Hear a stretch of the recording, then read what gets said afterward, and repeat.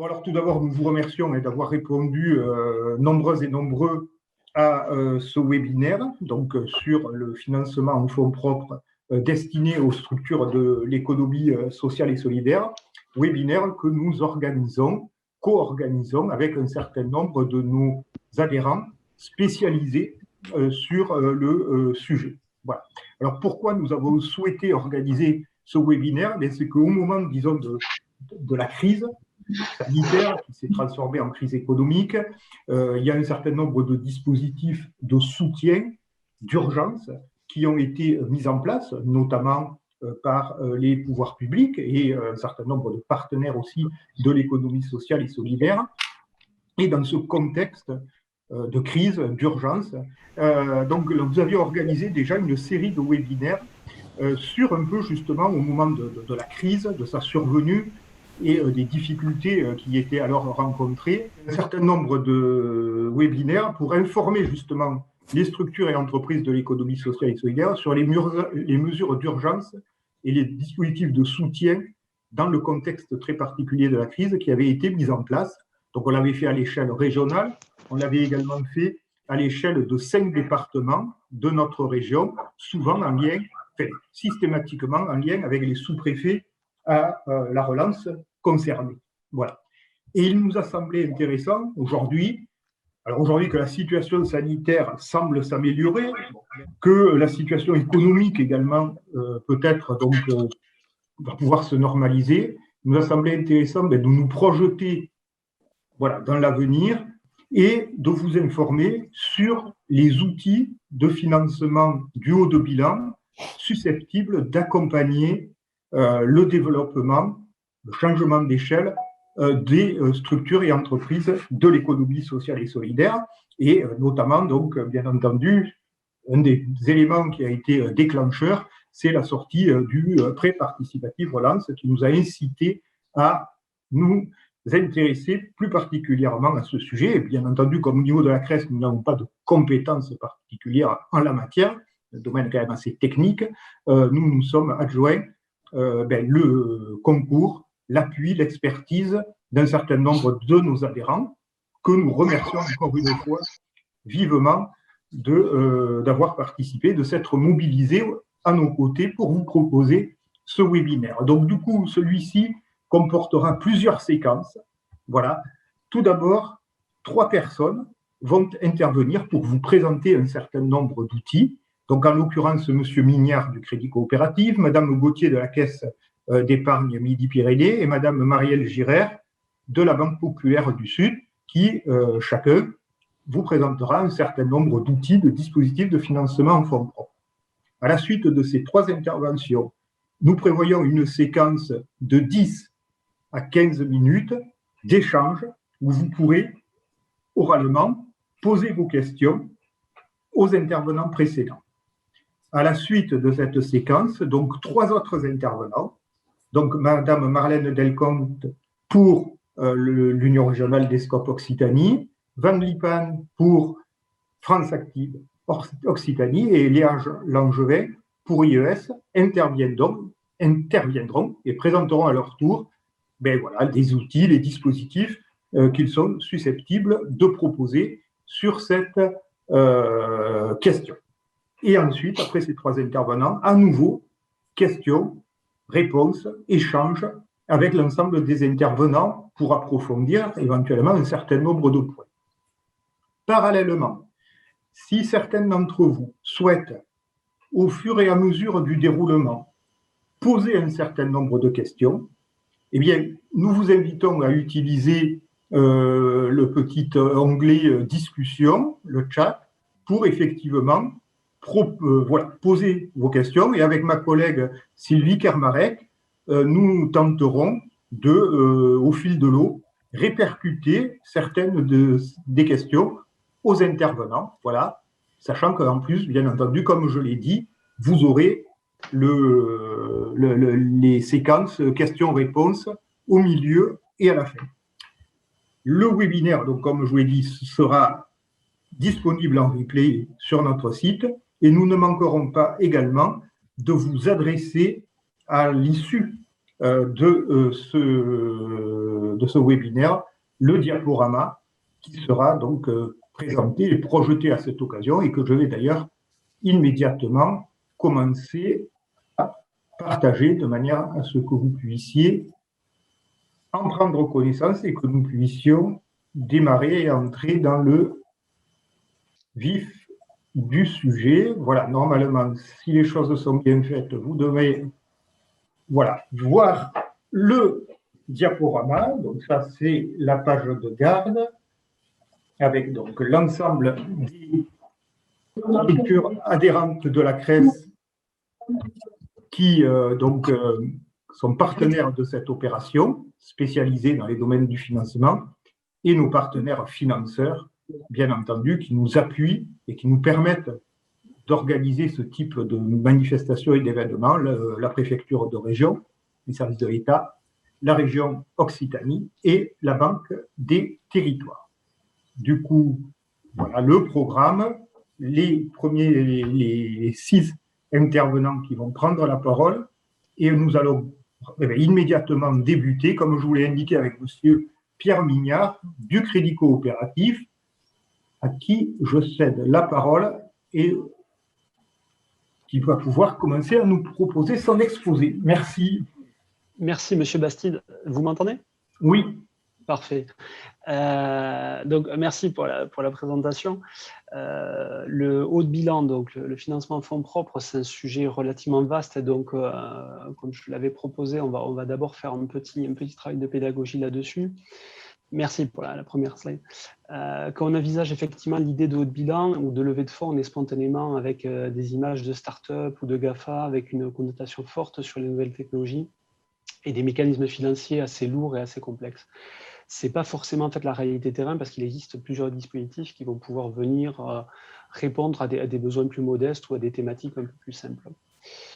L'action haut de bilan, c'est assez vaste, assez générique, ça regroupe plusieurs types d'opérations, mais on va dire que le dénominateur commun, l'idée la plus fédératrice, c'est de trouver des investisseurs hors du cadre de l'emprunt bancaire. Donc, je n'aborderai pas le sujet de l'emprunt qui correspond à d'autres situations, d'autres besoins et aussi une philosophie un petit peu différente dans l'étude des dossiers.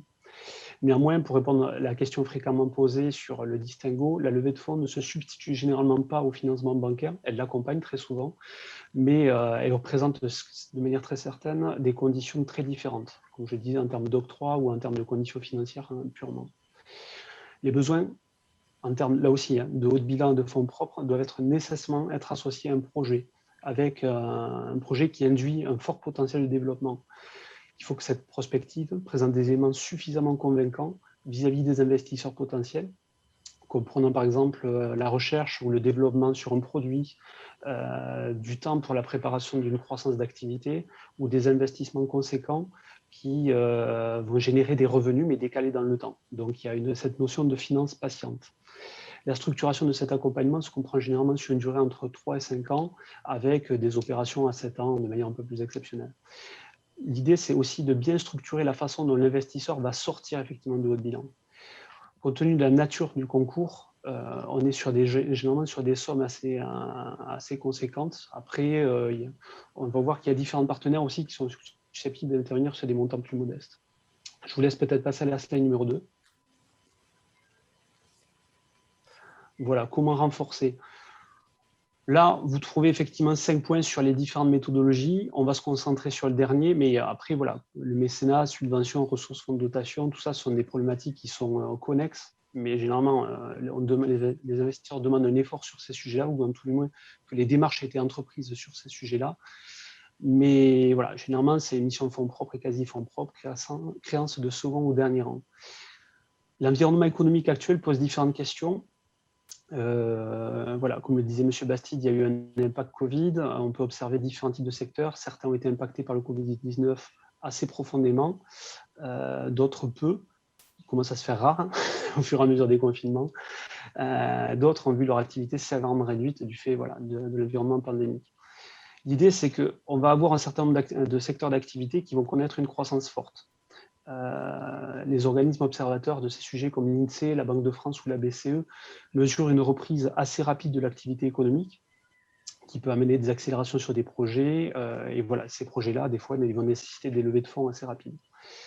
Donc, voilà, parmi les levées de fonds, il y a les 5 thèmes qu'on a vus. Aujourd'hui, sans parler à leur place, il y a différents acteurs importants sur ces sujets dans le secteur de l'ESS, qui sont très souvent nos partenaires sur des opérations de financement classiques ou en levée de fonds. On a Midi-Pyrénées Active. Alors, ils vont chacun faire leur exposé pour ceux qui sont présents de manière bien plus pertinente que moi. Mais voilà, Midi-Pyrénées Active, qui est un partenaire de proximité qui mène une action forte sur les entrepreneurs engagés. On a l'URSCOP, donc sur les statuts spécifiques des coopératives, qui a permis l'accompagnement et le développement de nombreux acteurs coopératifs. IES, donc qui va se présenter aussi. Après, absent, mais pour la peine, qui connaît là aussi vraiment qui sont un vrai levier, c'est l'ITA.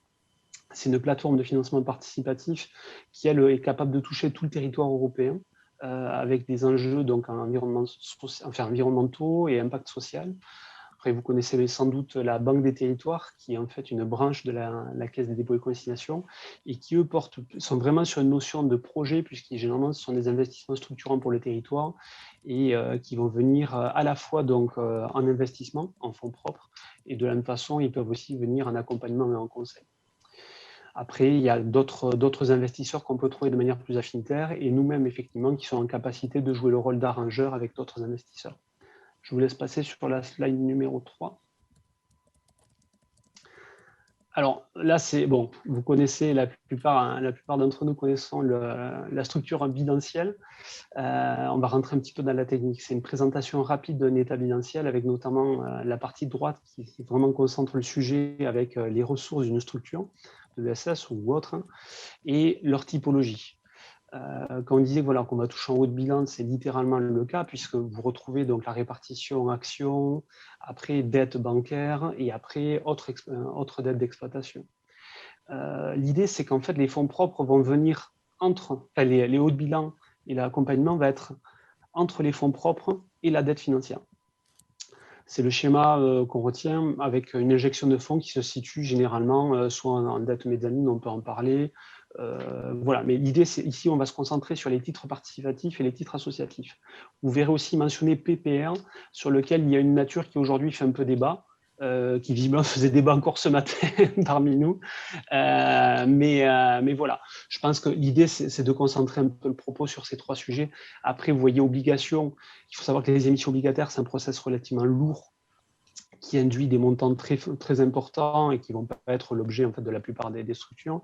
Le PGE, qui est un prêt, voilà, comme son nom l'indique, garanti par l'État, mais entre guillemets, il n'a de spécifique que la garantie. Après, on est sur le financement de trésorerie.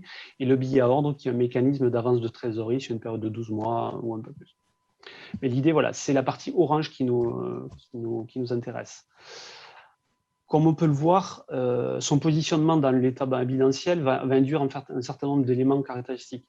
On est sur un risque plus élevé qu'une dette bancaire. Ça, il faut bien comprendre, parce que quand on travaille effectivement avec un partenaire sur le haut de bilan, il faut savoir qu'il travaille sur une notion de risque, non pas emprunteur, mais un risque investisseur.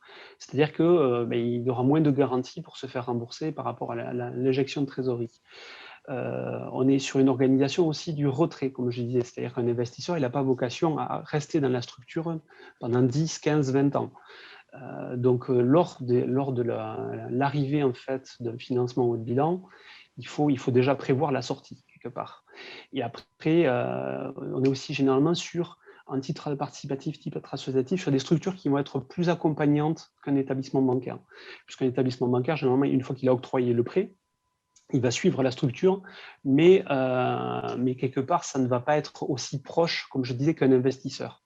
L'investisseur, il va vouloir avoir des informations régulières tous les ans, effectivement, sur la structure, sur les décisions, la stratégie prise, etc.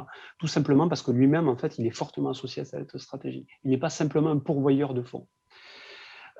Voilà. Après, titres associatifs, titres participatifs sont des participations, comme je disais, qui durent généralement entre 3 et 5 ans, voire 7 ans. Voilà. Crédit coopératif, dans le cas où nos partenaires n'interviennent pas déjà, parce que l'idée, c'est de ne pas se substituer en fait, avec des gens avec qui on travaille tous les jours, mais on a la possibilité d'intervenir en tant qu'arrangeur ou avec un mandat de placeur.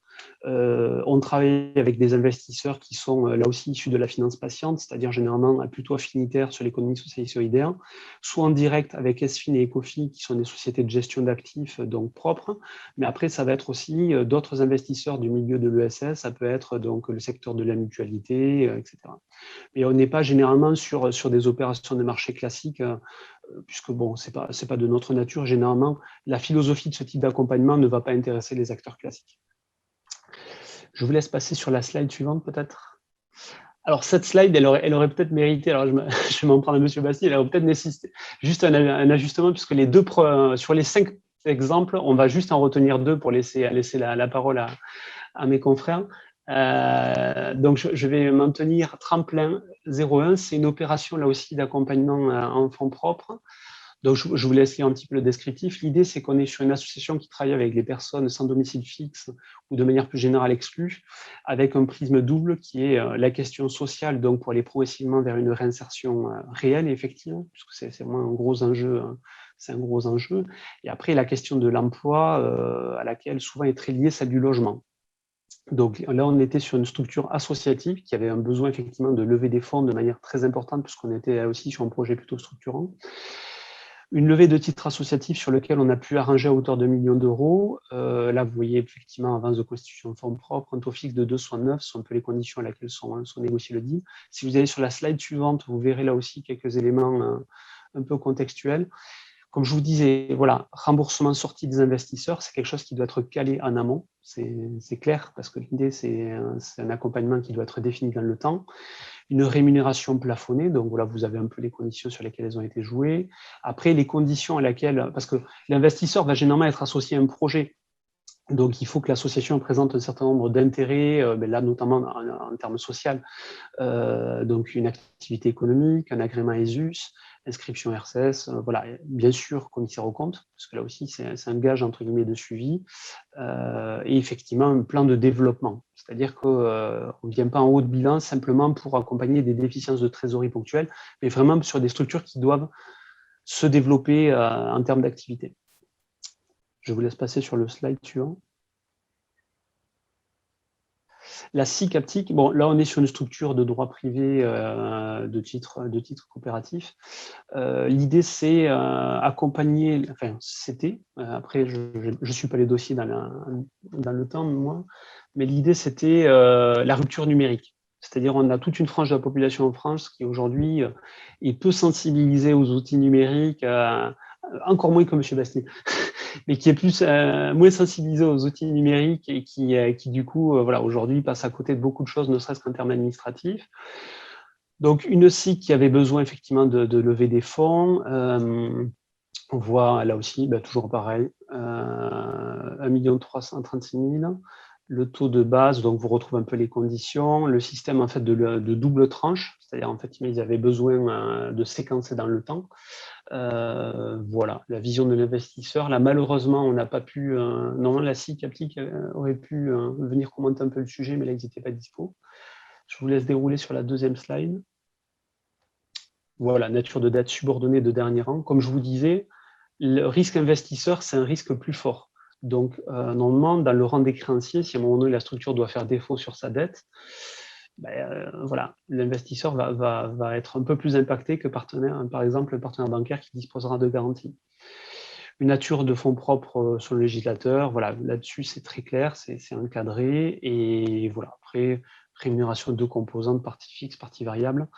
En fait, ce qu'il faut retenir, c'est que c'est un contrat négocié, c'est un contrat d'adhésion où, entre guillemets, l'arrangeur va venir présenter des conditions, il va présenter un dossier à des investisseurs, et des investisseurs vers le porteur de projet, il va présenter les conditions qui sont offertes par l'investisseur. Donc c'est plutôt de gré à gré, là où normalement on est sur certains emprunts, on est plutôt sur un contrat d'adhésion. Et donc du coup, bien entendu, vous pourrez revenir donc ensuite et dans la séquence des questions orales, demander d'éventuelles précisions à M. Mougnat, et je vous propose maintenant donc de passer à Mme Gauthier de la Caisse d'épargne Midi-Pyrénées, qui va nous faire un focus particulier sur le prêt participatif Relance, qui a été un peu le déclencheur, disons, de ce webinaire, puisqu'on s'est dit, voilà, c'est l'occasion de brosser un peu le tableau général de ce type d'outils. Et Madame Gauthier, je vous cède la parole pour la présentation. Mais déjà, merci, merci de l'opportunité. Merci, merci à Pierre qui a bien posé le contexte. Merci pour la qualité, la clarté de la présentation. Moi, je vais vous parler donc du prêt participatif Relance. Je suis donc Carole Gauthier, responsable du marché économie sociale au sein de la Caisse d'épargne Midi-Pyrénées. Si on peut passer, voilà, super, merci beaucoup. Le prêt participatif Relance, ça se situe dans le dispositif gouvernemental du plan France Relance. Donc, à ce titre, il peut être distribué par tous les établissements bancaires qui le souhaitent. Alors, je le précise parce qu'effectivement, on est plusieurs établissements bancaires autour de la table, autour de l'écran.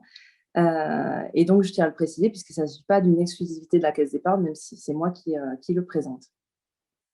L'objectif du PPR, c'est de soutenir les PME qui ont des perspectives de développement, mais dont la structure du bilan a été affaiblie par la crise. Alors, je précise ici, dans tout le dispositif du PPR, quand on parle de PME au sens européen du terme. Et donc, la définition européenne, les associations et les coopératives qui ont une activité commerciale sont considérées comme des PME. Donc, à ce titre, vous en faites tout à fait partie, les structures de l'ESS. Si on revient sur la philosophie donc, du PPR, c'est donc d'accompagner, de renforcer les structures qui étaient saines avant la crise et qui ont pu être touchées, diminuées, ralenties par la crise que nous traversons. Donc, rapidement, sur le dispositif, donc les PPR sont distribués, on l'a dit, par les établissements bancaires, sur la base de fonds qui ont été mis à disposition par les assureurs. Et pour donner quelques ordres de grandeur, on estime 15 milliards d'euros sur le PPR, autour de 7 à 10 000 prêts, là où sur le PGE, on était sur 700 000 entreprises pour un montant de 120 milliards d'euros qui a été distribué. Donc, ça replace bien le contexte. Le PPR, ce n'est pas le produit de masse comme l'a été le PGE, mais néanmoins, il pourra répondre à certains de vos besoins. Si on peut passer à la slide suivante sur la structure bilancielle, ce qui est intéressant sur le PPR, et particulièrement pour des structures de l'ESS, comme des coopératives ou des associations, c'est qu'il n'a pas d'impact sur la détention du capital ou la gouvernance de l'entreprise, comparativement à un fonds d'investissement qui pourrait entrer au capital. Alors, un petit point de précision, on pourra y revenir plus tard, mais le PPR ne peut pas être utilisé pour rembourser les dettes existantes, y compris les PGE. On revient là-dessus à la philosophie, c'est d'aider au développement, à la reprise ou à la relance. Donc, ça ne vient pas solder des dettes existantes. Oui. Et comptablement, donc Pierre donc, du Crédit Coopératif l'a très bien expliqué tout à l'heure, on n'est pas sur de la dette classique en bas du bilan, on est ce qu'on appelle en quasi-fonds propres. Ça peut vous être utile dans les demandes de subventions qui sont faites parfois en fonction de vos fonds propres ou comme un effet de levier pour aller chercher de la dette plus classique. Si on peut passer à la slide sur l'éligibilité, merci. Donc, ces critères d'éligibilité, ça a été négocié entre d'une part l'État, d'autre part le Fonds des assureurs et ensuite tous les établissements bancaires. Donc, je vous prie de croire que ça n'a pas été une mince affaire de négocier tous ces critères. Et d'ailleurs, il y a une réunion qui doit se tenir très prochainement de concertation pour éventuellement assouplir certains critères. Ce qu'on craint, c'est que les critères trop restrictifs aujourd'hui du PPR, ça soit de passer à côté du sujet et à côté de la philosophie initiale. Donc, moi, je vais vous parler des critères d'éligibilité qui sont à ce jour. Il est possible que des évolutions soient annoncées prochainement dans la presse. Et ça, on verra, l'avenir nous le dira. Donc, dans l'éligibilité, on a dit PME, OTI. Donc là, on est bien sur le sens européen, une association ou une coopérative avec une activité donc, commerciale. On se base sur le chiffre d'affaires de 2019. C'est-à-dire que c'est le chiffre d'affaires non impacté par la crise Covid, qui doit être au minimum de 2 millions d'euros. Ça, c'est le critère d'entrée. Ensuite, il y a un double critère de notation. D'un côté, la notation Banque de France, qui doit être 5+, mais au minimum, ou X0 pour les structures qui ne sont pas notées, puisque parfois, on ne fournit pas ces bilans à la Banque de France, donc du X0. Et puis ensuite, le deuxième critère, c'est un critère de notation interne qui est propre à votre établissement bancaire. et qui doit être l'équivalent du W-. Donc W-, et ça, c'est à se rapprocher avec votre chargé d'affaires auprès de votre établissement pour vérifier ce critère d'éligibilité.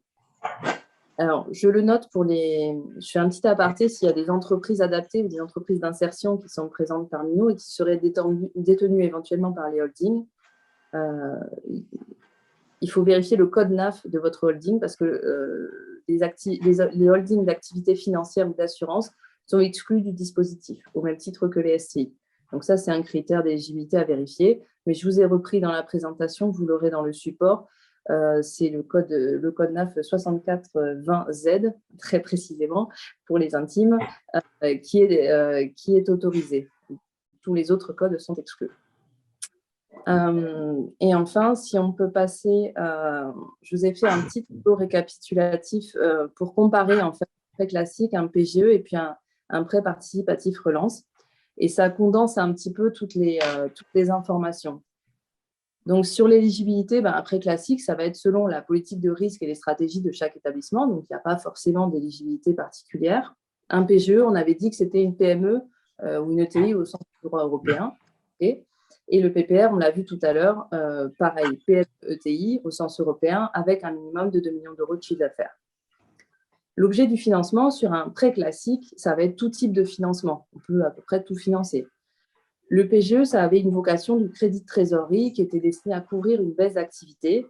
Et on avait dit sur le PGE, attention, ce n'est pas pour rembourser un crédit court terme. C'est-à-dire que si vous aviez une ligne de découvert auprès de votre établissement bancaire, le PGE ne venait absolument pas rembourser ce découvert. Il avait une autre philosophie.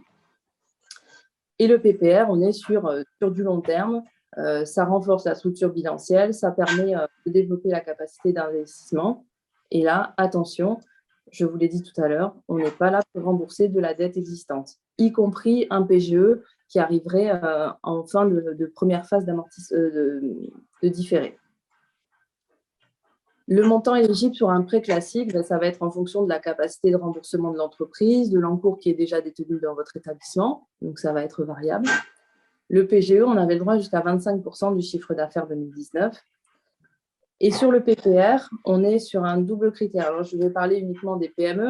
On a le droit de solliciter jusqu'à 12,5% du chiffre d'affaires 2019 dans la limite d'un montant PGE plus PPR de 25%. Il y a des possibilités de dépasser ces 25% et d'obtenir 10% supplémentaires avec des critères qualitatifs supplémentaires. Mais gardez en tête le 12,5% d'un côté pour le PPR dans la limite des 25% si vous avez déjà consommé une partie du PGE.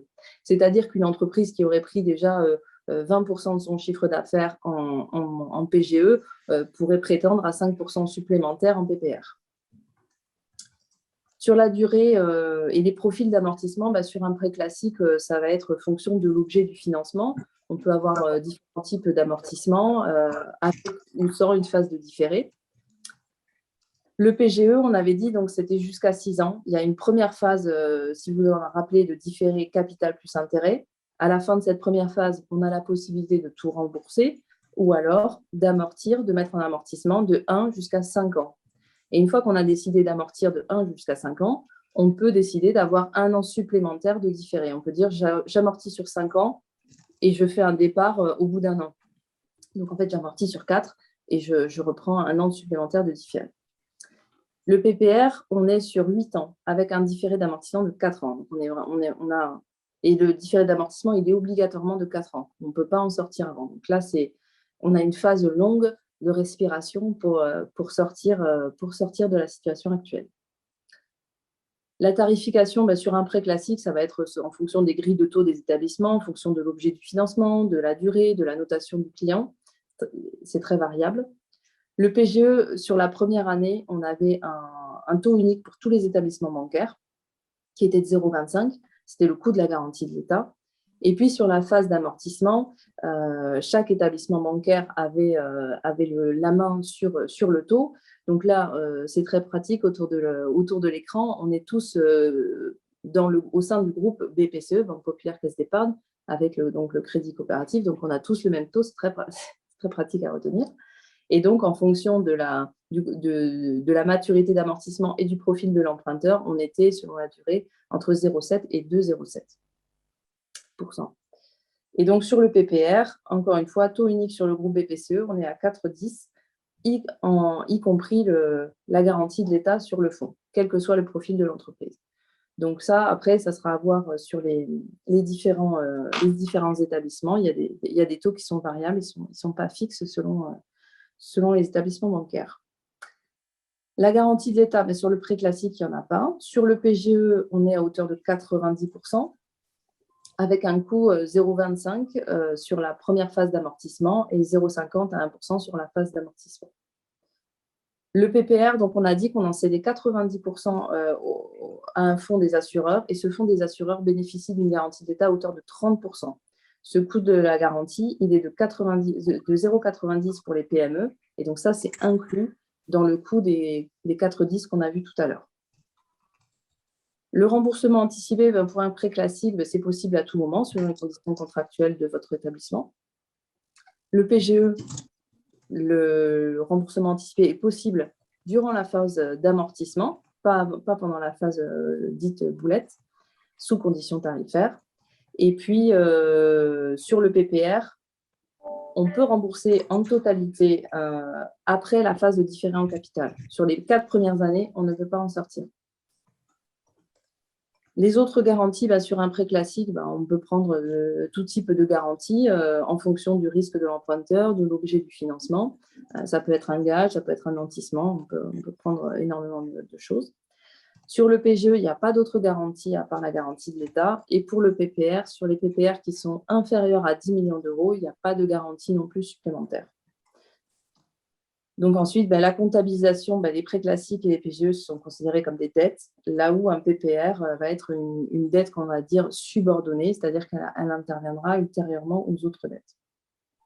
Et après, j'ai noté les périodes de commercialisation donc des PGE qui ont une date d'échéance 31 décembre 2021, PPR 30 juin 2022. Attention, il y a probablement des effets d'annonce qui vont intervenir avec la prochaine loi de finances pour prolonger ces dispositifs. Et si on peut passer donc juste à la dernière slide, c'était des questions qu'on a de manière régulière de la part de nos clients. Pourquoi souscrire un PPR? Effectivement, parce que ça ne modifie pas la structure de gouvernance, on l'a vu tout à l'heure. C'est le seul crédit de nature qui possède une phase de différé en capital aussi longue, 4 ans. Ça se fait par un remboursement. La sortie du PPR, Pierre en parlait tout à l'heure, de dire quand on fait un investissement, il faut prévoir sa sortie. Sa sortie, elle se fait par un remboursement de crédit. Ce n'est pas par une valorisation d'entreprise. Donc, ça veut dire qu'on a moins de contraintes sur des covenants financiers, sur une surveillance de rentabilité, sur une potentielle valorisation de la société. Là, on sait à quel cours on va en sortir. Donc, il n'y a pas de garantie, on l'a dit tout à l'heure, sur les PPR inférieurs à 10 millions d'euros. Ça permet de renforcer la structure bilancielle et c'est un coût moindre qu'effectivement d'autres produits de haut de bilan sur du capital risque, par exemple. Et ensuite, on avait une petite question sur le coût du PPR, donc qui était certes moindre, mais qui apparaissait un peu élevé. Mais enfin, peut-être ça sera reposé à l'oral. Alors, effectivement, sur le coût, on est à 4,10, donc sur du 8 ans quand même, avec 4 ans de phase de différé. Les échos qu'on a eu du marché, parce que tous les établissements n'ont pas encore communiqué sur leur taux de PPR. Pour l'instant, pour information, il y a eu 15 PPR signés partout en France. Et dont un en Midi-Pyrénées pas plus tard qu'hier. Et donc, les taux qu'on a pu avoir autour d'autres établissements hors groupe BPCE, on était entre 4,50 et 5,10. Donc, effectivement, le taux, il est cher, mais on est sur du quasi-fonds propres. D'accord. Il y avait également une question, Laurent, de Madame Rousseau, et je pense qu'elle s'adressait à Monsieur Mignard pour savoir qui étaient les investisseurs sur les produits qu'il a présentés. Est-ce que c'était des particuliers ou comment ça… qui investissait dans les produits dont il nous a parlé en fonds propres, si je me souviens bien. Alors, je peux reprendre la parole éventuellement pour répondre à ce sujet. On est principalement sur des investisseurs institutionnels. Il s'agit, comme je disais, généralement de pourvoyeurs de fonds dans des volumes assez forts, parce que, comme je le disais, il s'agit de risques. Même si ce sont des risques sur des montants assez modestes, ils vont être atomisés, mais ils constituent globalement en fait une masse de risques plus importante. Donc, généralement, on est sur des investisseurs type institutionnel, comme je disais, gestionnaires d'actifs. Ça va être mutuel. On n'est pas forcément, en fait, comme je disais, on est vraiment, je parle juste sur le cas du crédit coopératif. On est sur de la finance affinitaire. C'est-à-dire qu'on va avoir des gens qui vont vraiment aller vers tel ou tel type d'activité. Quand je parle de gens, il s'agit d'institutions. Après, si je reprends le cas on a une structure en propre dont je parlais tout à l'heure qui est Ecofi. Ecofi donc, est une structure qui émet des fonds. Ces fonds peuvent être détenus par des particuliers, sont des fonds communs de placement, et ces fonds après peuvent être investis sur telle ou telle structure, tel ou tel type d'accompagnement. Et si je prends un exemple local, dans le Gers, il y a une coopérative donc alimentaire assez connue qui a bénéficié d'un accompagnement effectivement dans ce dispositif-là. Et c'est vrai qu'indirectement, ce sont des particuliers qui ont déposé dans un fonds commun de placement, et ce fonds commun de placement est venu accompagner cette structure-là. On est sur un environnement plutôt cyclique, plutôt fermé. Voilà. Après, Crédit Coopératif, on a des outils qui sont dédiés, régionalisés. C'est-à-dire, par exemple, on a des livrets qui vont venir, par exemple, travailler le secteur de l'insertion sur la région Midi-Pyrénées. Enfin, l'ex-région Midi-Pyrénées, on est la loi NOTRe à quelques temps déjà. Mais voilà, sur la partie, si un particulier veut investir là-dedans, généralement, il va passer par un fonds commun de placement. J'espère avoir répondu à la question. Oui, il y avait une dernière question aussi, une dernière précision, Laurent, peut-être. Oui. Sur les structures créées en 2019 qui ne seraient pas éligibles, c'est ça la question de… Voilà, est-ce qu'elles sont ou pas éligibles? Oui. Alors, elles sont éligibles à partir du moment où elles remplissent le critère du chiffre d'affaires. Par contre, dans le cadre de ce qu'on appelle les entreprises innovantes, qui ont par exemple dans leur développement un montant de masse salariale qui est plus important que leur chiffre d'affaires, on peut se baser sur la masse salariale 2019, comme on l'a fait pour le PGE en fait. Donc c'est tout à fait envisageable. J'espère que j'ai bien répondu à Marie Coupé. Voilà. Et si ce n'était pas le cas, n'hésitez pas ensuite dans la séquence questions-réponses à revenir si vous souhaitez avoir un peu plus de précision. Et Parfait. du coup, je vous propose… Je laisse la parole à Marielle. Voilà, il y a un de ses collègues, je crois, qui vont venir nous présenter les dispositifs proposés. Donc, Marielle, je te passe la parole à toi. Merci Laurent.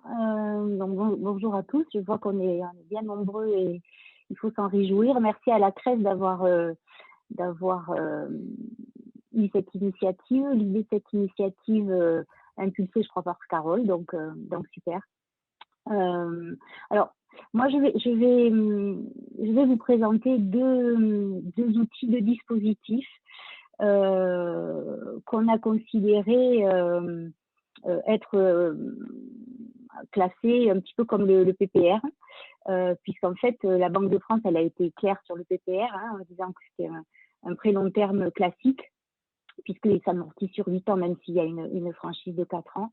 Et donc, les deux outils que je vais vous présenter peuvent financer les mêmes opérations de croissance externe ou interne, en étant quand même moins restrictifs que le PPR, notamment en matière d'éligibilité.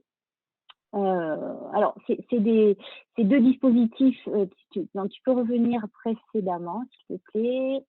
Voilà, merci Laurent. Ces deux dispositifs, la BP Sud, puisque notre territoire d'intervention, c'est l'ex-Languedoc-Roussillon, on va dire.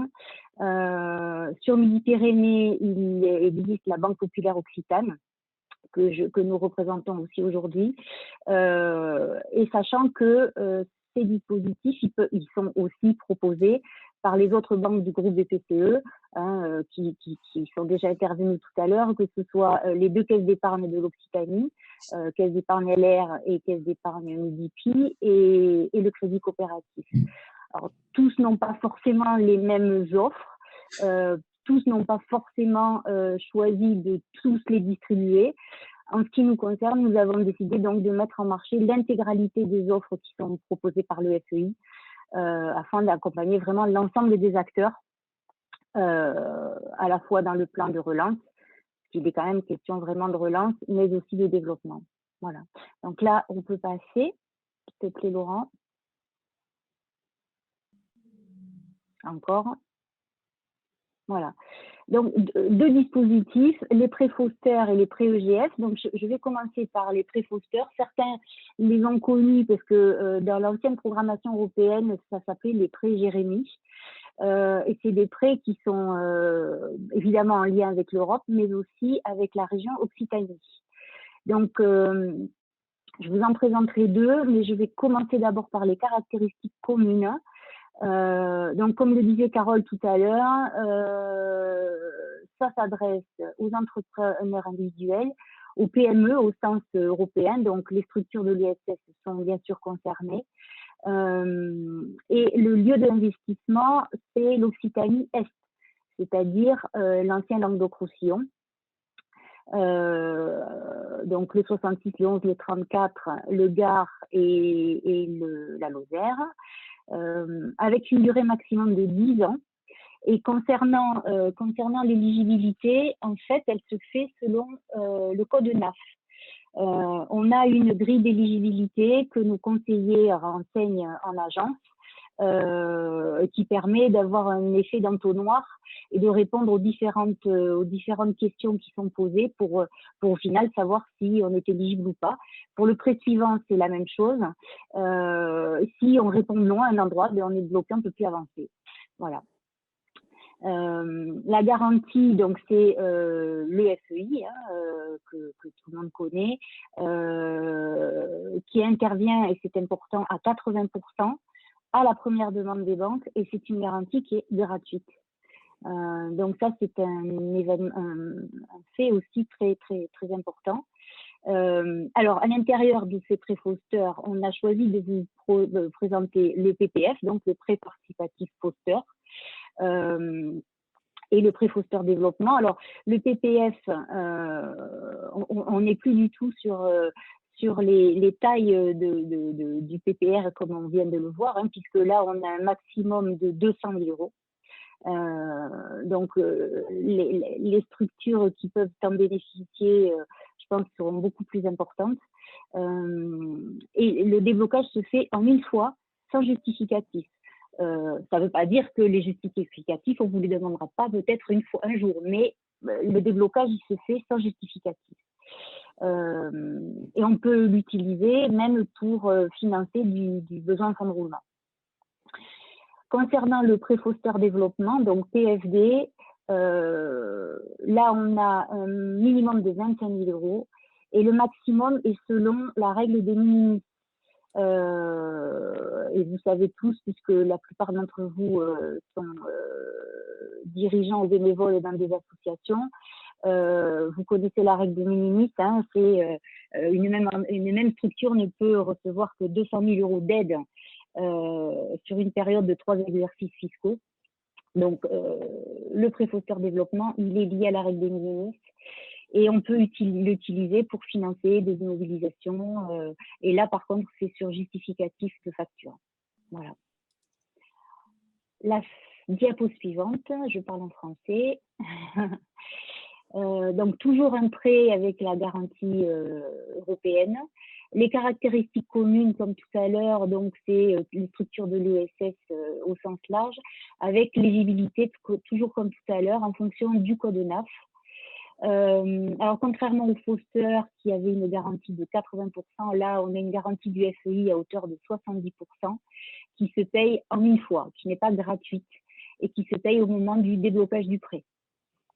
Le déblocage se fait aussi en une fois, et là, en revanche, il faudra justifier des dépenses, même a posteriori. Concernant les montants, on peut aller jusqu'à 1 140 000 € et c'est sur 10 ans, ou bien jusqu'à 25% du chiffre d'affaires sur 6 ans. Concernant ces deux prêts EGF, donc, il y a donc l'EGF Avenir Développement qui finance principalement les immobilisations et l'EGF Réaménagement, que nous en interne on a appelé EGF R, qui finance en fait, quand on dit la new money, ça vient conforter le haut de bilan comme le PGE le faisait puisque c'était de l'argent frais. J'ai pas voulu, on n'a pas voulu avec Gabriel être trop dans le détail, sachant que l'idée qu'on voulait vous transmettre, c'était surtout de vous rapprocher soit de nous, puisque vous aurez nos coordonnées et nous ensuite on fera le lien avec nos collègues en agence, soit avec vos conseillers en agence qui prendront en charge vos demandes et qui vous diront si le prêt est éligible ou pas avec notre appui. On n'a pas voulu être vraiment trop dans le détail parce qu'on ne voulait pas vous perdre. Voilà. Il y a une Mais question... on répond à vos questions, bien sûr. Oui, bien sûr. Là, Voilà. on va ouvrir la séquence donc, des 10 minutes, un quart d'heure d'échange éventuel. Il y avait quand même une question, Sylvie, je crois, qui était relative à l'intervention précédente sur le PPR par rapport à la masse salariale. Oui, c'est ça, la masse salariale. Est-ce que c'est celle de 2019 ou celle de 2021 demande Amandine Berger à Madame Gauthier, je pense. Concernant la masse salariale, c'est celle de 2019, je dirais a priori. Après, s'il y a eu création entre-temps ou s'il n'y avait pas de bilan disponible, là, il faut se rapprocher de votre conseiller parce que c'est des sujets qui doivent être regardés et qui sont discutés au cas par cas. Je voulais avoir peut-être quelques précisions sur les éventuelles aides au secteur agricole. Il faut savoir que, je sais que l'ERDI peut intervenir sur le secteur agricole. Je voulais savoir si la Banque populaire du Sud ou la Caisse d'épargne pouvaient également intervenir, si vous avez quelques informations à nous donner à ce sujet, s'il vous plaît.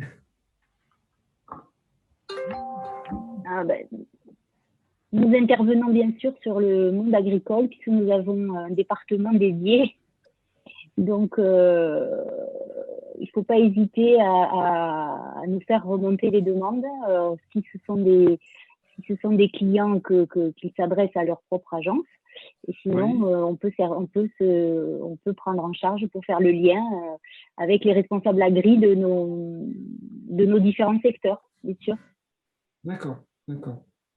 Si je peux rajouter, c'est Gabriel Urenal, le responsable de marché.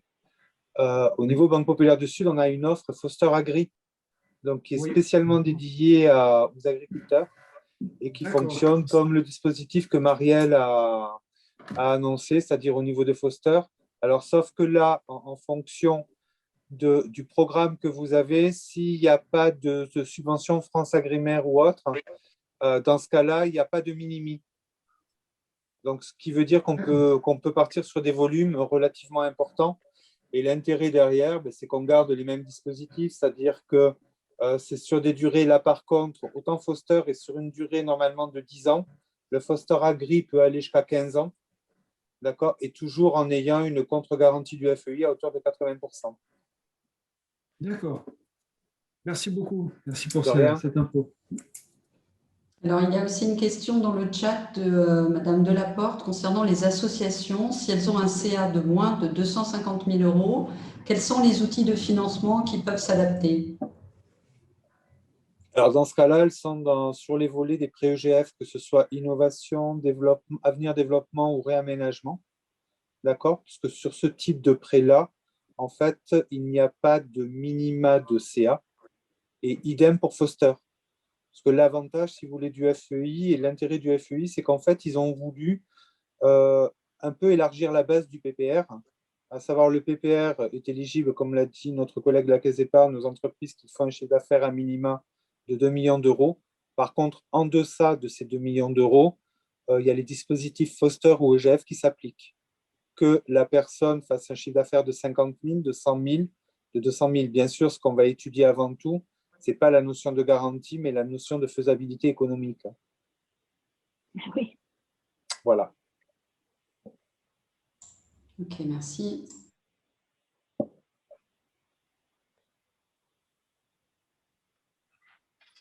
Y a-t-il d'autres demandes de précision? Laurent, si je pouvais me permettre, tout à l'heure, je présenterai aussi des outils disponibles pour les associations, pas dans le cadre de ce que viennent de présenter Marielle et son collègue, mais des outils peut-être un peu plus classiques à destination des associations.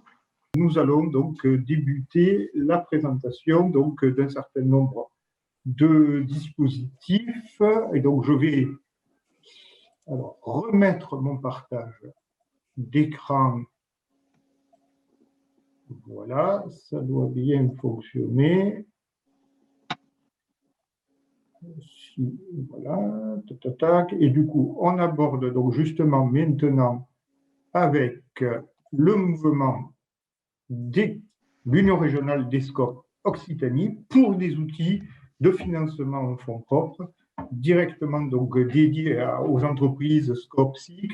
Et c'est Madame Delcompte qui va nous proposer cette je vous cède la parole. Oui, merci Laurent. Vous m'entendez bien? Oui, parfait, super. Donc bonjour, donc Marlène Delcompte. Donc je travaille à l'Union régionale des SCOP. L'Union régionale des SCOP Occitanie, c'est une association interprofessionnelle qui a pour but d'accompagner et également de financer les coopératives. Donc en Occitanie, on regroupe plus de 600 coopératives et qui représentent plus de 8 000 emplois. Une des particularités de notre mouvement, c'est qu'on est un des rares mouvements à être doté de ses propres outils de financement. Donc, lors de ce webinaire, je vais vous présenter 3 outils qui permettent de renforcer les fonds propres et quasi-fonds propres des SCOP et des SIC. Alors, à qui s'adressent nos outils financiers? Aux coopératives adhérentes, hein, bien évidemment, aux SCOP et aux SIC adhérentes au mouvement coopératif. Du coup, Laurent, je veux bien que tu passes à la slide, voilà, parfait, sur notre premier outil financier donc, qui s'appelle Socoden. Socoden, donc, c'est un prêt participatif que l'on peut mobiliser quelle que soit la taille de la coopérative. Hein, donc, ça peut être à partir de 2 associés salariés pour une SCOP, 3 associés pour une SIC et ça peut monter voilà, sur nos plus grandes coopératives. On finance également quel que soit le stade de développement de l'entreprise, hein, donc à la fois de la création, du développement et également les phases de transmission d'entreprise sous forme coopérative. Donc par exemple, lorsqu'un gérant part en retraite et cède son entreprise à ses salariés, ou les cas également parfois médiatisés de reprise à la barre du tribunal du commerce d'entreprises en difficulté. Voilà.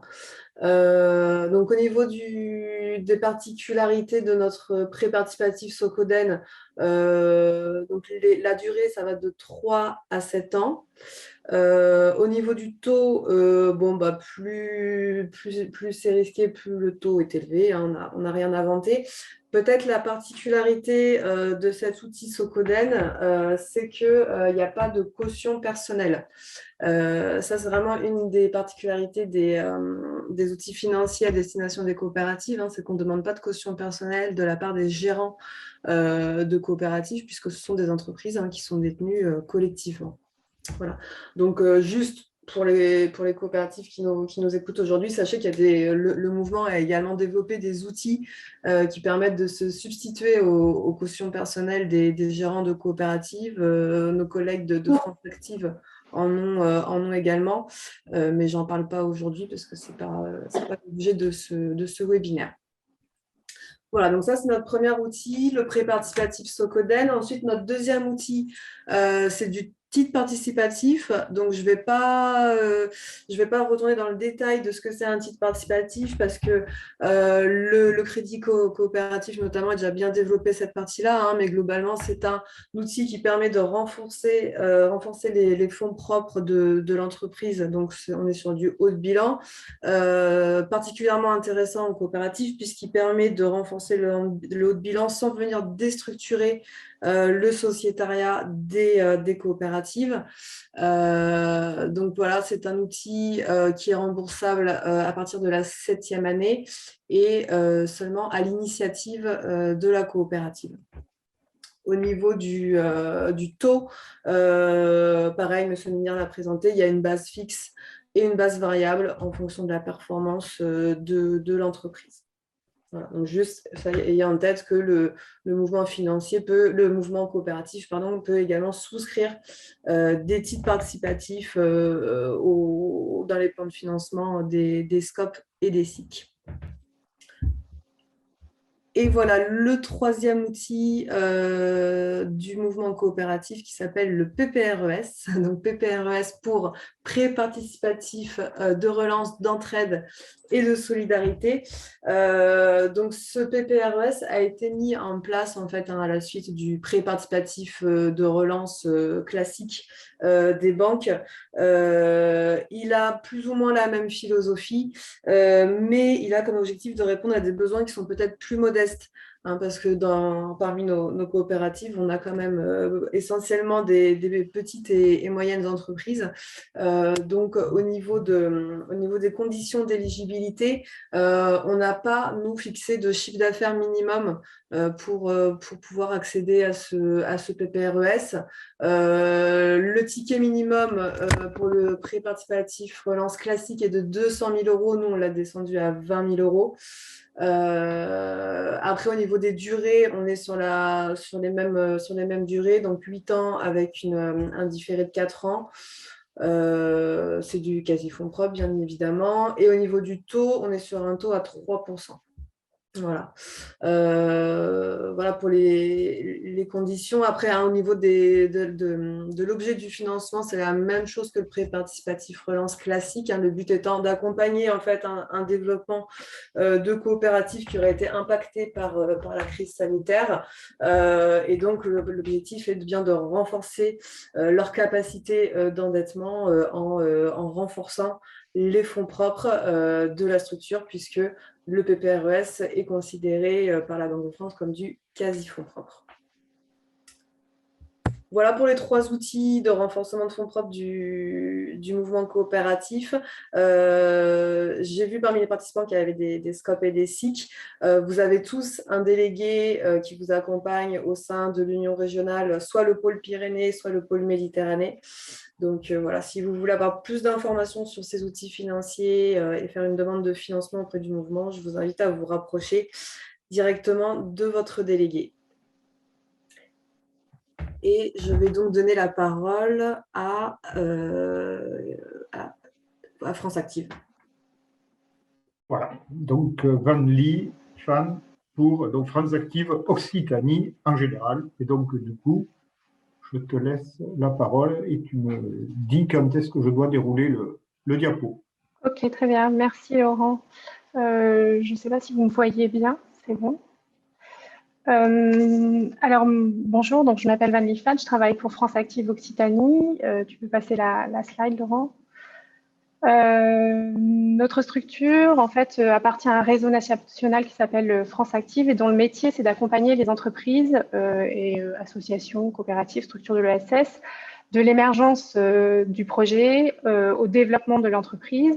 Et pour ça, on a 3 axes de travail. La première, c'est du conseil pour faire une analyse de la situation et de la formation en cas de besoin.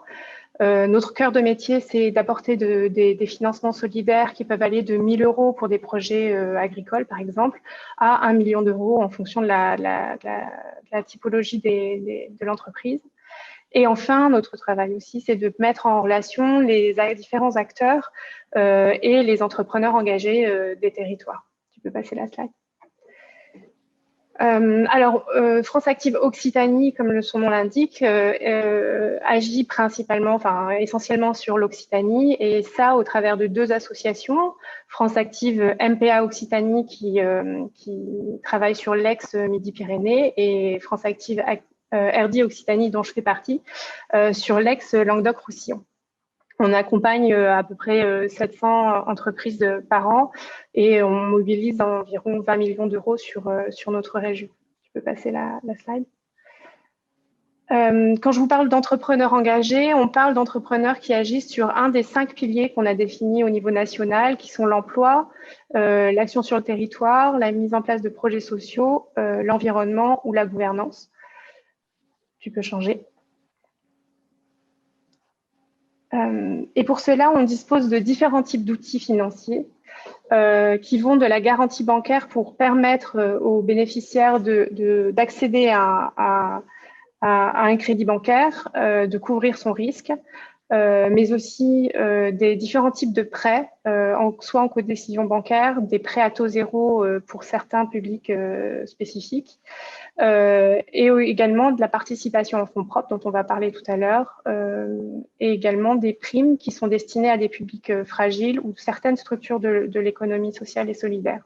Donc le propos de ma présentation là, c'est de vous détailler un petit peu ces outils, à la fois des outils en fonds propres et des outils vraiment spécifiques aux structures de l'ESS pour celles qui ne connaîtraient pas nos outils. Tu peux passer ?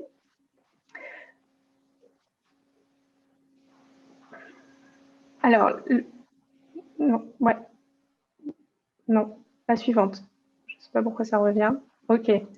Alors, le premier outil, c'est le contrat d'apport associatif. Ça répond à la question de Madame Delaporte tout à l'heure, peut-être.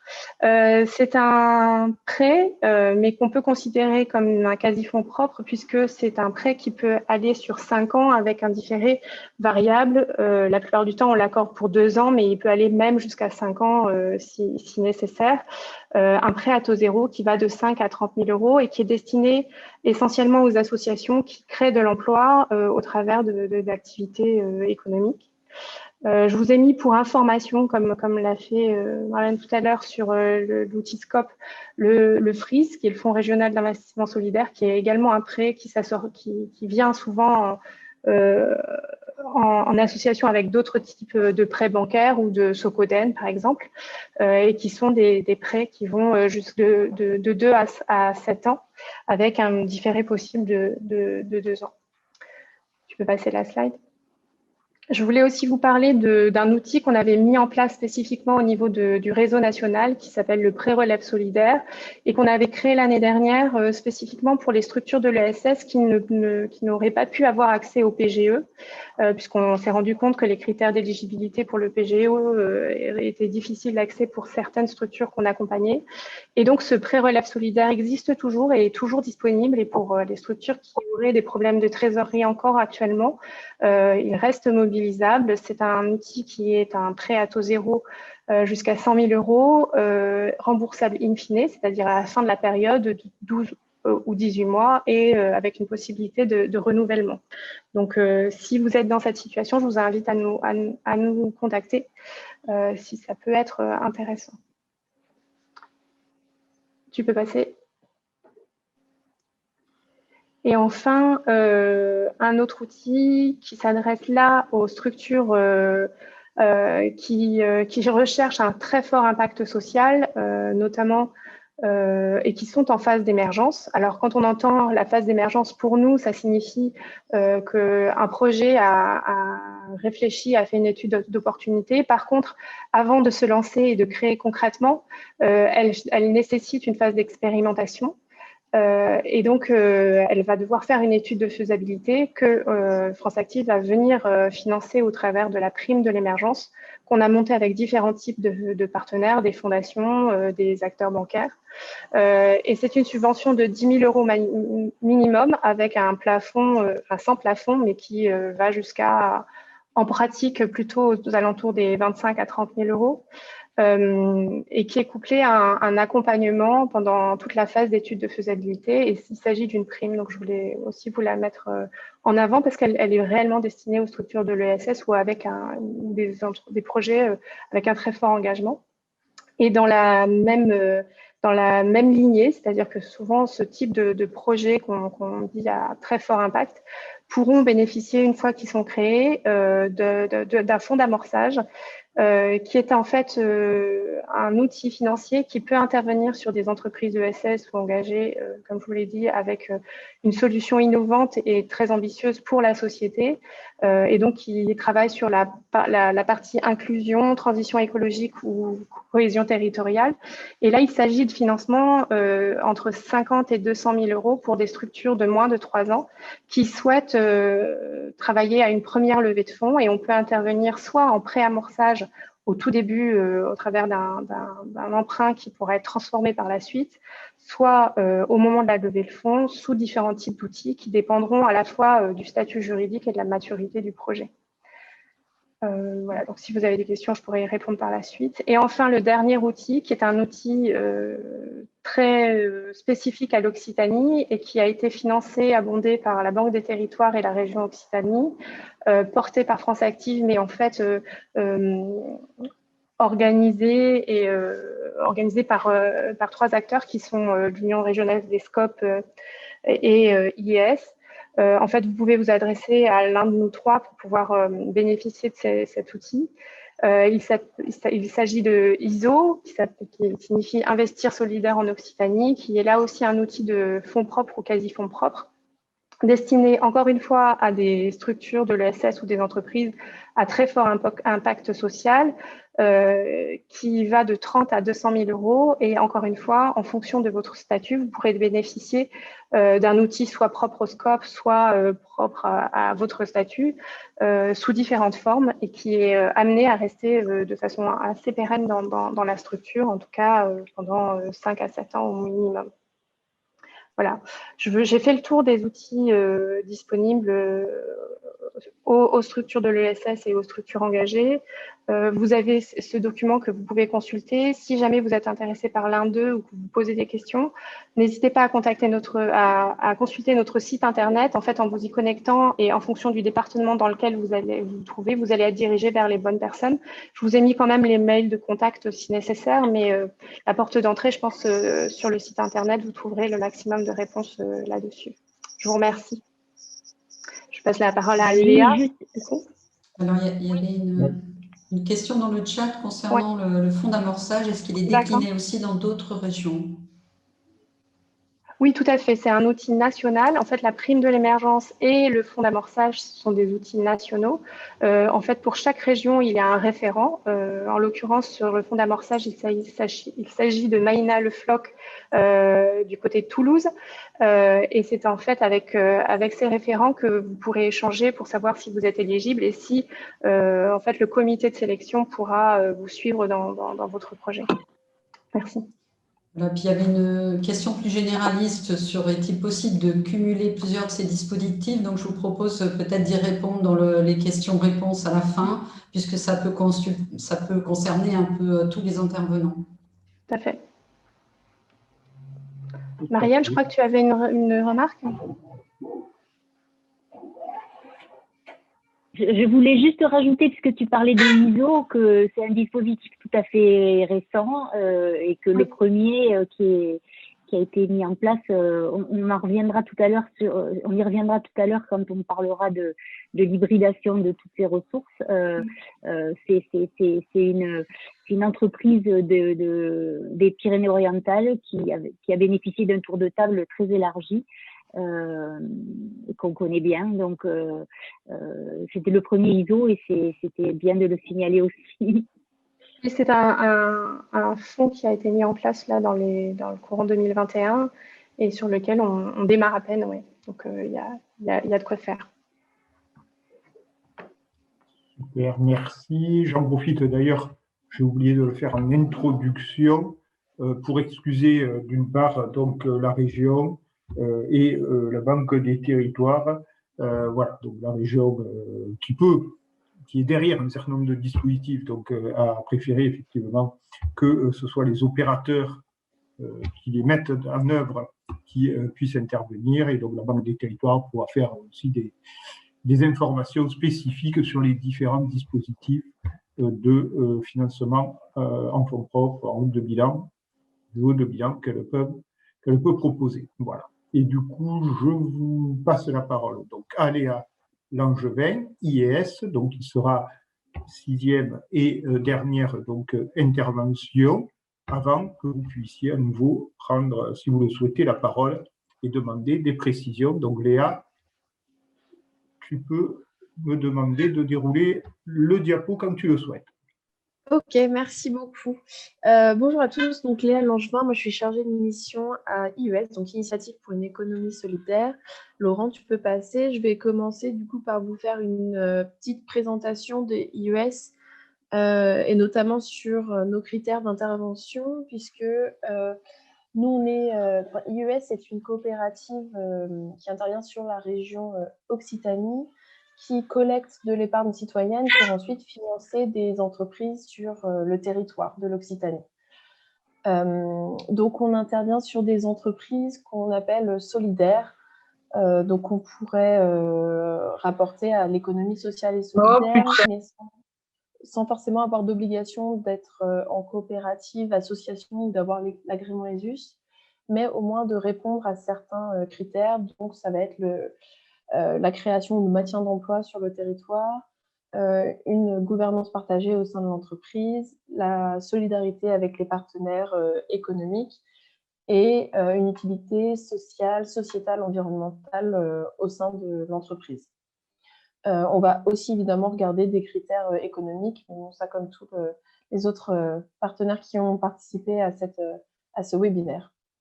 Et on va intervenir à tous les stades de la vie de l'entreprise. Donc, ça peut être à la création, une fois que vous êtes...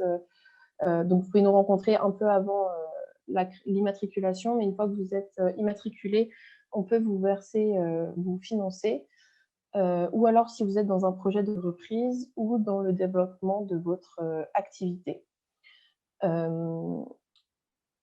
Merci beaucoup. Donc, quelle forme va prendre cette intervention? Notre spécificité, et donc c'est pour ça qu'on est présent à ce webinaire aujourd'hui, c'est l'intervention en fonds propres ou quasi fonds propres. Donc, si vous avez en tête le schéma qui a été présenté par le Crédit Coopératif en début de webinaire, on est bien du coup sur une participation en capital, donc du fonds propre ou alors du quasi fonds propre, avec des prêts qui prennent différentes formes. Donc, soit un prêt en compte courant d'associés, ou alors, si on ne prend pas de participation en capital, on peut vous proposer des prêts participatifs ou des titres participatifs. Donc, je vais revenir un peu plus dans le détail de le format que ça prend, mais une petite précision, nous, on intervient sur des montants qui vont de 5 000 à 50 000 euros, avec un taux d'intérêt sur les prêts et les titres participatifs de minimum 5 euros. Les titres participatifs peuvent avoir un taux d'intérêt un peu plus élevé. Donc, ce taux d'intérêt qui se justifie par en fait, la prise de risque qu'on prend en faisant une intervention en fonds propres, quasi fonds propres. Sur la slide suivante, Laurent, tu peux passer. Je vais du coup vous détailler ces outils. Donc, je vous parlais donc, de la prise de participation au capital qui est souvent liée à un prêt en compte courant d'associés. En tout cas, on ne peut pas faire de compte courant d'associés sans la prise de participation au capital. Ce format, donc, ça peut aller jusqu'à 7 ans. Sinon, on est généralement sur des prêts qui vont jusqu'à 5 ans et on peut faire une franchise indifférée qui va jusqu'aux 2 dernières années. Donc ça, c'est des formats, des conditions qui vont être, j'allais dire, négociées ou discutées avec les coopérateurs bénévoles qui vont vous accompagner et qui vont vous expliquer le financement qu'on peut faire et le faire en fonction de vos besoins et de l'attente de votre entreprise. Pareil donc pour le prêt participatif, où donc là, nous, on estime qu'on peut le faire aussi pour des associations et des entreprises unipersonnelles, ce qui n'est pas le cas pour la prise de participation au capital et le CCA, puisque l'objectif, ce n'est pas de rentrer au capital pour prendre la place du dirigeant ou pour se retrouver dirigeant s'il y avait un changement dans l'entreprise, mais c'est vraiment pour vous accompagner financièrement et accompagner l'entreprise dans le projet de démarrage, de création ou de développement que vous portez. Donc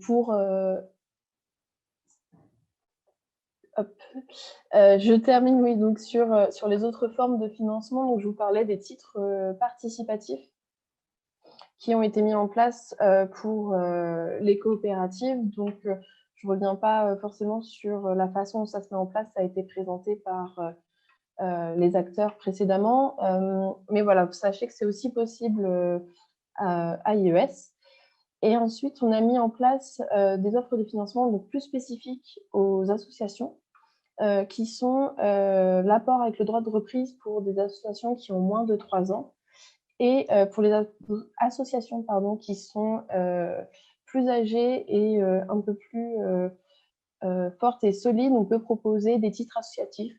Donc, on ne le propose pas avant parce que c'est quand même un mécanisme qui peut être assez lourd et compliqué à mettre en place.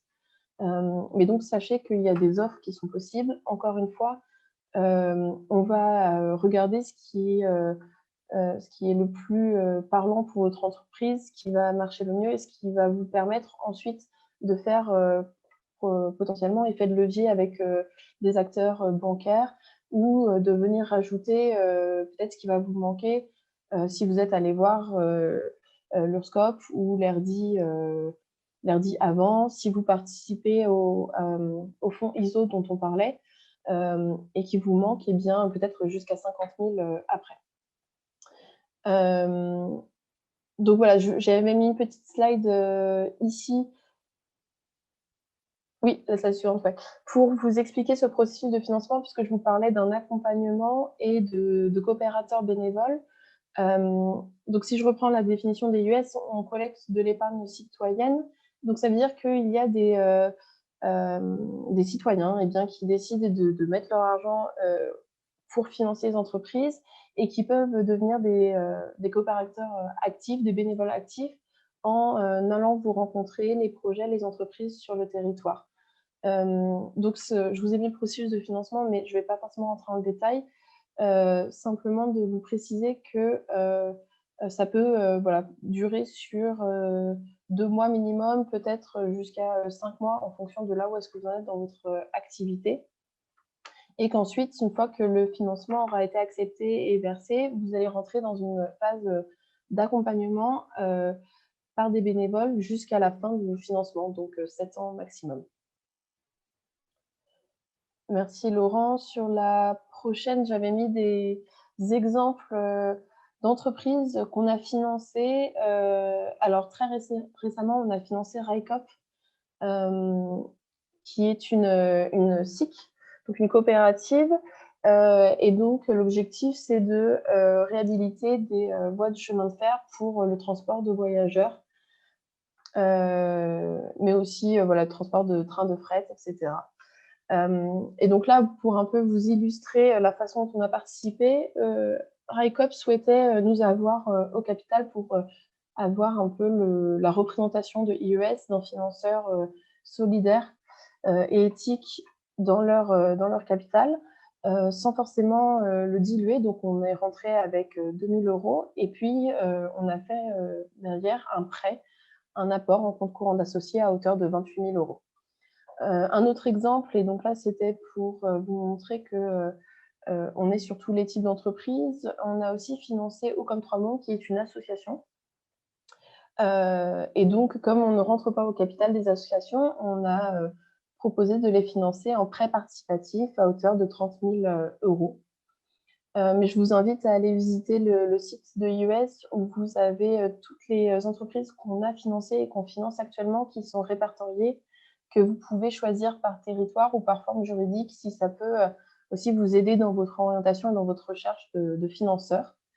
Et donc, vous avez ici mes coordonnées et celles de l'accueil voilà, qui pourront vous répondre à vos questions, vous orienter si nécessaire. Et n'hésitez pas voilà, à nous contacter si vous avez des questions, des choses qui n'ont pas été claires. C'est tout pour ma présentation. Merci. Merci.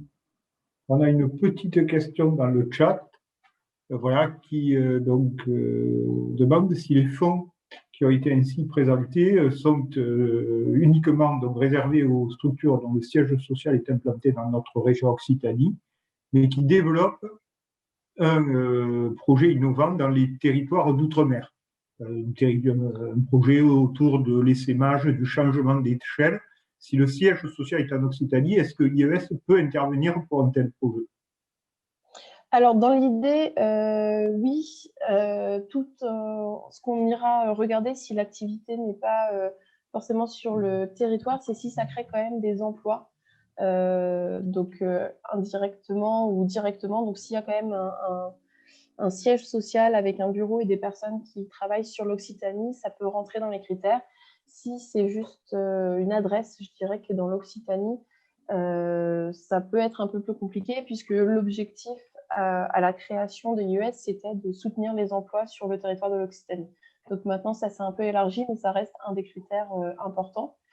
Et je complète juste en disant, si votre siège social n'est pas en Occitanie et que vous développez du coup une branche, un nouveau bureau sur l'Occitanie, qu'il va y avoir du coup des créations d'emplois, ça peut rentrer dans notre champ d'intervention. Et merci. Donc, du coup, effectivement, si c'est un projet donc, qui est extérieur à la région Occitanie, mais si pour autant ça induit de la création d'emplois dans notre région, ça peut être éligible et suivi par tout à fait, c'est ça exactement. Par IES. Voilà, ben, écoutez, voilà, super. Merci beaucoup à vous 6 pour vos interventions. Et puis, donc, on ouvre une nouvelle séquence questions-réponses. N'hésitez pas à prendre la parole pour demander des précisions, des compléments, faire état d'expérience peut-être aussi si vous avez donc bénéficié d'un certain nombre d'outils de ce type, qu'est-ce que vous en avez retiré, voilà, ou si vous avez des projets d'utilisation de ce type d'outils, voilà, quels sont vos questionnements, les difficultés éventuelles auxquelles vous avez pu vous heurter. Voilà.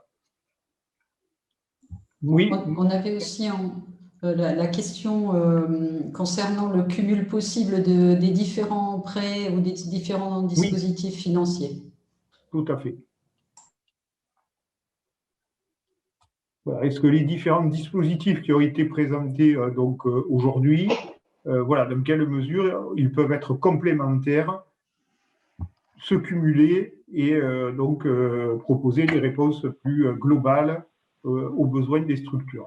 Ça, je crois que voilà, il y a eu déjà des petits éléments de réponse qui ont été fournis au fur et à mesure de la présentation, mais ça voudrait peut-être effectivement le coup de bien clarifier l'articulation qui peut exister entre les différents outils et dispositifs proposés. Si vous voulez, moi, je peux prendre la parole au moins sur France Active. Par exemple, si on prend toute la chaîne de vie d'une entreprise, on peut très bien commencer sur une place de l'émergence parce qu'il y a un besoin d'étude de faisabilité qui pourra ensuite être financé soit par un contrat d'apport associatif, soit par un prêt participatif classique. S'il s'agit d'une entreprise avec une très forte prérogative sociale, à ce moment-là, on peut intervenir en fonds d'amorçage. Mais de toute manière, ces outils, les outils dont on dispose nous, sont souvent couplés à des outils bancaires. Et donc, effectivement, il peut y avoir ce couplage-là. Et dans l'histoire de la structure, si on les a financés au démarrage, on peut aussi intervenir à un moment de développement ou de rebond. même en cas de difficulté, on peut aussi intervenir dans certaines conditions. Et donc, pour nous, en tout cas, nos outils sont absolument cumulables les uns après les autres dans le temps. Et ils sont effectivement associables avec ceux de nos différents partenaires. Comme je vous le disais tout à l'heure, par exemple, un prêt participatif chez l'ERDI, notamment pour une coopérative, se couple bien souvent à la fois avec un prêt bancaire et avec un outil Socoden, par exemple. Voilà. Dans le cas que j'évoquais tout à l'heure, il y a même eu BPI France, il y a eu le ISO, il y a eu la Banque Populaire, il y a eu le Crédit Coopératif. Voilà, bon, après, le total fait 800 000 à 1 million d'euros, donc c'est normal que le risque soit partagé.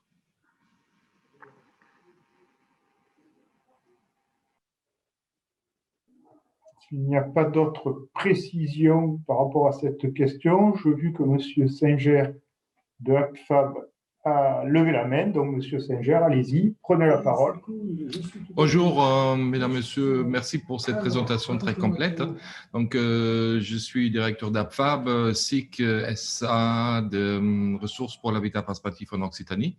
Nous avons mis en place il y a 5 ans une tour de table avec l'ERDI, la NEF, l'IES et Crédit Coopératif, plus pour l'investissement bien sûr, pour mettre en place un fonds de roulement. Donc aujourd'hui, nous arriverons à terme de cet engagement. Et je voudrais savoir dans quelles conditions nous pourrons éventuellement repartir sur un autre dispositif, vu que bon, aujourd'hui, nous avons un bilan qui est quasiment équilibré en termes de report à nouveau, ce qui est une bonne nouvelle, malgré les confinements. Donc ça, c'est la première question. Donc, dans quelles conditions on peut renouveler en fait une partenariat? Et la deuxième, c'est que les dispositifs spécifiques confinement nous concerneront, mais pas cette année, mais probablement l'année prochaine, parce que nous avons des projets de très longue temps d'amorçage. Et donc, l'année dernière, nous avons très, très bien travaillé parce que les opérations en cours ont continué, notamment grâce au Zoom. Et en revanche, le ralentissement général de la vie du bâtiment, bien sûr, les élections municipales ajoutent aussi de nouveaux délais, font que notre cahier de commande est relativement maigre pour le deuxième semestre et surtout pour 2022. Donc, on n'est pas directement concerné par un effondrement de l'économie pendant le confinement, mais on est quand même en difficulté dans l'année à venir. Alors, est-ce qu'on peut malgré tout faire appel à ces différents dispositifs spécifiques Covid ? Alors, tout simplement, contactez-nous. Je crois que c'est Emma qui avait instruit le dossier au départ sur le premier financement. Je viens de vérifier là dans nos dossiers. Donc, soit vous me recontactez, soit vous recontactez Emma. Je pense que c'est bien que vous contactiez Emma. Comme vous le savez, souvent, on va vous financer parce que vous avez un projet de développement sur des éléments concrets avec un prévisionnel. Sur les outils propres au Covid, en fait, sur le PRS dont j'ai parlé tout à l'heure, c'est encore en cours. Je ne sais pas exactement jusqu'à quand, mais en tout cas, d'ici la fin de l'année, je pense que ce sera encore présent. Donc, l'échange que vous pourriez avoir avec Emma serait dans ces conditions-là, sur soit un pré-relève solidaire, soit un refinancement. Et ça, c'est complètement possible. Ça arrive très fréquemment que d'un contrat à l'autre, on soit quasiment en continu sur certaines structures. Donc, de notre côté, ça ira très bien. Et puis, de fait, on verra si on doit réorganiser un tour de table avec les partenaires historiques, on va dire. Donc, là-dessus, il n'y a aucun souci. Je sais qu'on a eu un entretien de suivi avec une de vos collègues l'année dernière. Je les avais appelés et vu ce que j'en connais, je pense qu'il n'y aura pas de problème. Voilà. J'ajoute, c'est Carole Gauthier, la Caisse d'épargne, j'ajoute sur le dispositif PGE, s'il n'a pas été consommé, il y a encore temps de le faire. Et ça peut permettre effectivement de solutionner des possibilités de renouvellement du tour de table. Non, juste une question sur les titres participatifs. On m'a toujours dit qu'ils étaient réservés pour des sociétés anonymes, hein, pour nous, pour le SIC. Est-ce que c'est confirmé ou est-ce qu'on peut avoir des titres participatifs en SAS?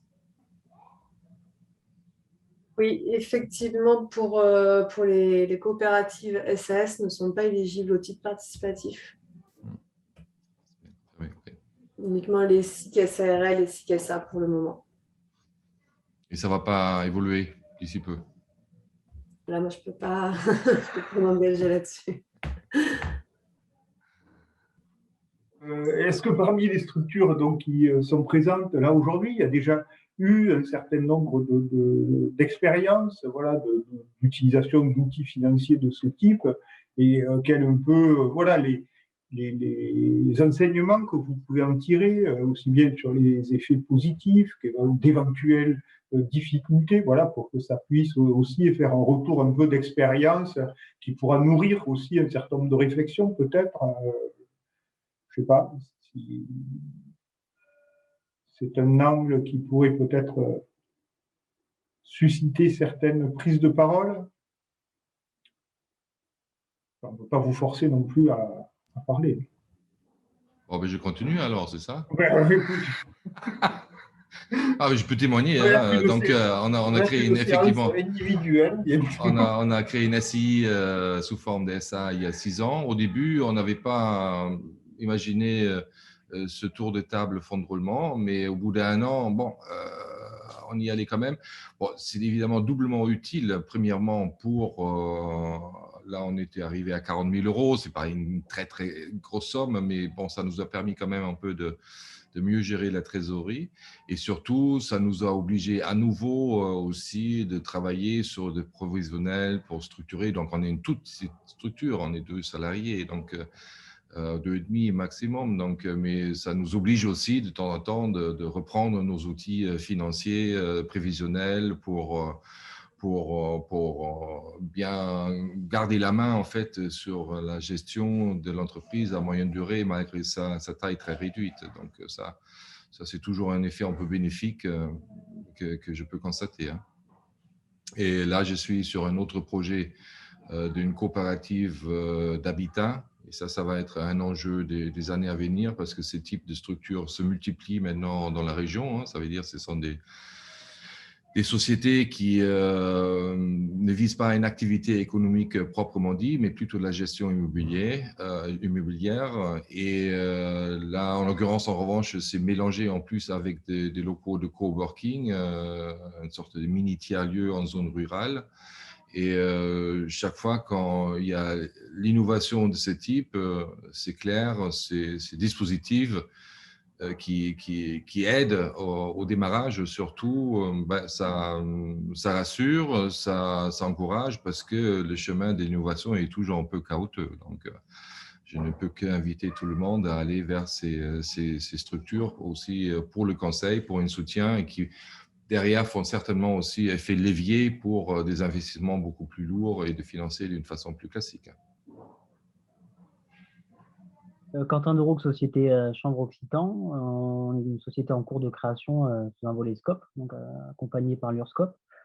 Ma question est la suivante. On est en train de finaliser les éléments financiers, prévisionnels d'activité, business plan, etc., pour présenter donc aux différents partenaires financiers. On évoque là, tout à l'heure la question du tour de table. Donc, ma question, c'est est-ce qu'il est préférable d'aller voir les partenaires bancaires de façon individuelle ou d'organiser un tour de table? Et si ce tour de table est organisé, comment, en fait, dans la pratique, ça se passe entre différentes banques? Comment se répartissent le risque ou quelles sont les discussions qui sont engagées? Alors, du coup, je peux vous répondre là-dessus. Il y a plusieurs façons de faire.